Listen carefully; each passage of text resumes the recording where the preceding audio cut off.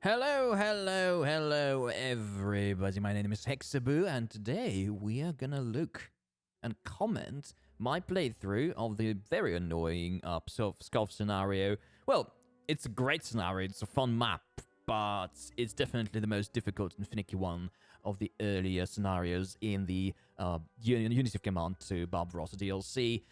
And yes, and I'm kind of happy about the ultimate outcome. I actually spent like 4 or 5 hours playing it, and as you'll see, I've made a bunch of mistakes here. And even though I still succeeded, so this approach is pretty robust and will tolerate a bunch of mistakes if you make them. Okay, so this is one of the main elements of my strategy here. As you can see, that lonely tank division moving towards Valga, it's critical. It's really critical for you for being able to take Pärnu and Tartu, those Estonian towns, on time. Otherwise, it's very difficult if you try to break through everything. Plus, it's critical in terms of preventing the Soviets from, well, getting any supplies in the west of the map. Even though, actually, the AI, to its honor, managed to counteract that somewhat by the end of the mission, as you will see. Right now, I'm mopping up those little pockets. Don't worry about losing some of your troops. It's really, that's where you've got the infantry. Deal as much damage to the enemy whilst, well, sustaining some losses. That's war for you. All right, let's see. Okay, it looks odd, kind of oddly slow. Even though I don't know why this recording is a bit laggy. Even though it shouldn't be. I haven't done another one, but it's. I'm not going to complain about it anymore. I promise. But as you can see, my tank division in the east have stopped any supplies running to the Soviet troops south of Rezekne, and it's important to cut both those railway lines, not one of them, because the Soviets have 2 sources of supply there.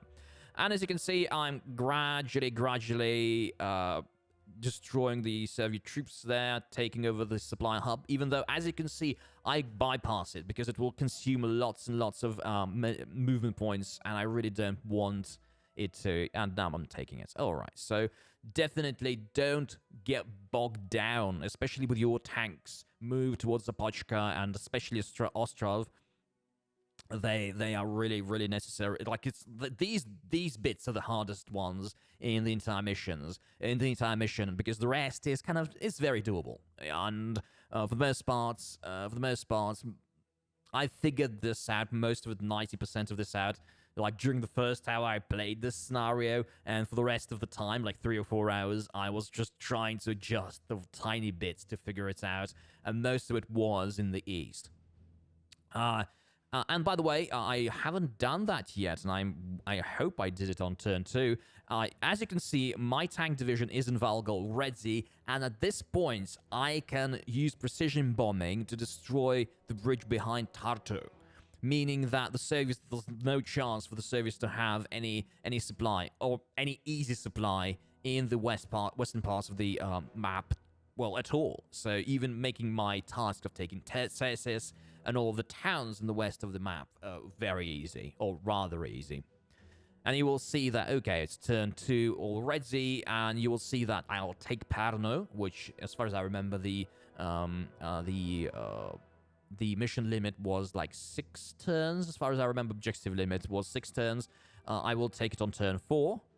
And, okay, there are some remnants of Soviet troops. They're already out of supply in there, which makes me rather happy.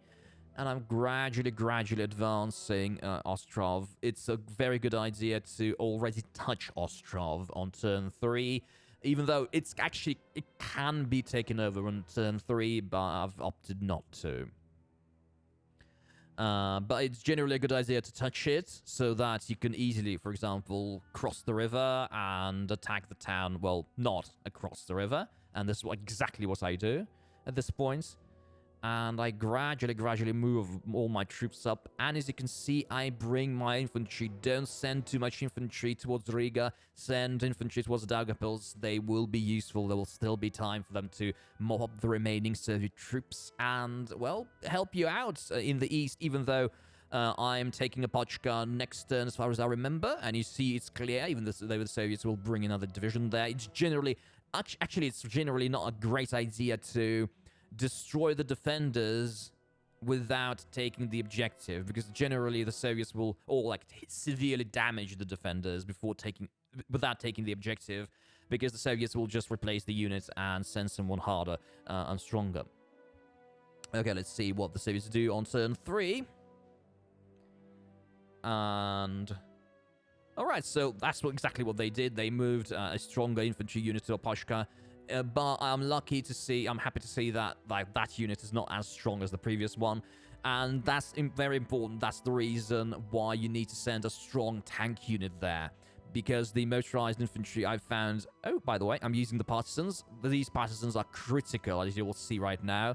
So I'm sending them there. So the tanks can't move anymore. But I'm sending the partisans and Paranoia's mine on turn 4 instead of 6.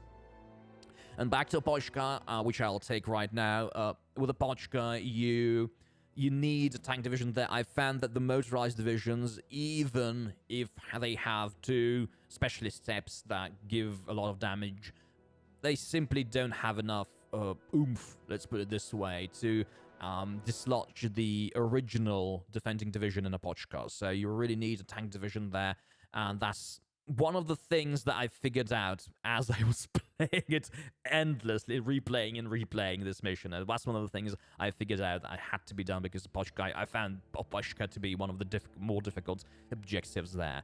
And I was focusing all of my tanks on Ostrov and Pskov, and it's not really all that necessary. And by the way, I've used my flying artillery here. I was planning to do it on turn in Pskov. And unfortunately, yeah, Mod has changed my plans, and here I'm making a little mistake. It will see what it is next to Ostrov, because, okay, and here's me taking a Pochka. Perfect. So I'm really moving very fast here and managing to, okay, send the motorized division there and moving all my units up and just destroying the remnants of the Soviets. Pretty much at this point, you really don't need those. That infantry, the railway is secure. The Soviets will not be able to do anything against it. Will not be able to cut it, or most of it, as you will see. And, yeah.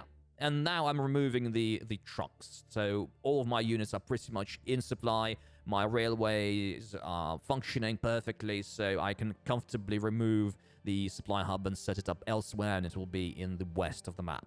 Because, yeah, the stuff is going not well in terms of supply there. The business is not... Alright, let's see what turn 5 brings us.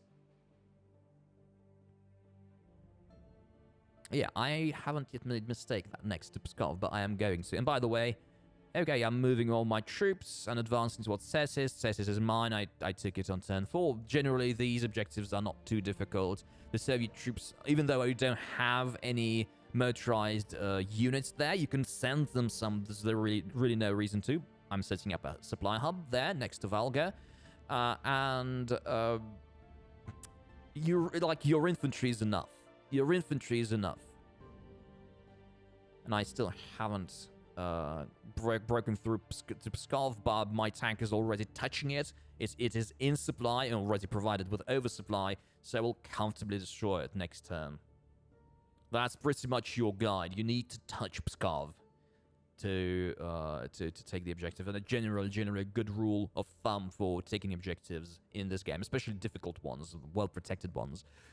Alright, let's see what the Soviets do, and I'm just waiting for an illustration of a mistake, or at least one mistake I made in this playthrough. Okay, and here's a mistake. So I left the river crossing open, but as you can see, the infantry did not take the HQ, and that's one of the things you should keep in mind. HQs take a lot of movement points to take over, so you can actually use them to cover your flanks. Yeah, if you expect the Soviets, say, to do something like this, something naughty, with their slower units, because it will effectively stop them or prevent them from moving there. Yeah, as far as I remember, it's no retreat, it's the worst. It's the worst. As far as I remember, taking over an HQ requires like 3 movement points, so it's pretty heavy. It's troublesome. and it can be used if in a pinch, if you know that you simply don't have the troops to cover your entire front and cover your flanks, and Pskov is mine on turn 6 as required. You can use your HQ to cover your flanks. And okay, so by this point, the mission is effectively over. There will be some troops. As you can see, the Soviets have used a supply hub to supply their guys near Tartu, and that was a good way to counteract my destruction of that bridge. But, like, at this point, I'm in force near Tartu, and next turn I will be easily able to take it over. Alright, and I'm gradually moving. I think I've missed the fact that there was a Soviet tank unit moving into Riga, and that was one of the places where I realized that, during the previous turns, I realized that I was probably not gonna win this try again, but I actually managed to destroy those tanks and force them to retreat and, well, get out of my way. And let's see what they do. So it's turn 7. I move my mobile troops. I really didn't need those 2 divisions there, but I just did it for funds. I've never seen Kingisepp defended, so, like, it's pretty far from all of the action, and the AI is really not incentivized to send anyone there. So, and there's nobody to begin with. So, yeah, don't expect anyone to give you trouble there. So, actually, the Soviets have managed to bring a few reasonably supplied troops to Tartu, but as I said, I got plenty of troops here just to destroy them and force them to leave. Okay, and this Tartu is mine. And yeah, and once again, Estonian partisans, as you've seen in Pärnu, they're extremely useful because sometimes the tank will just stop because of the battle, because the tank will be your main and only firepower there. The partisans are, well, like, kind of crappy. They're virtually Soviet infantry without the... They actually are experienced. They're Soviet infantry, they're veterans. They're Soviet infantry without any specialist steps, or not particularly strong anyway, and so don't expect them to provide you with lots of firepower. But they're very good for taking ground, for taking that town. And the same is true about Tartu, but it's less relevant. As you can see, by the time I take Tartu, the Soviets are pretty much screwed. Alright, and this is pretty much it for today. I'm taking Kingisepp and winning this mission. And so, thank you for watching this playthrough, for listening to me, if you did. And until next time, bye.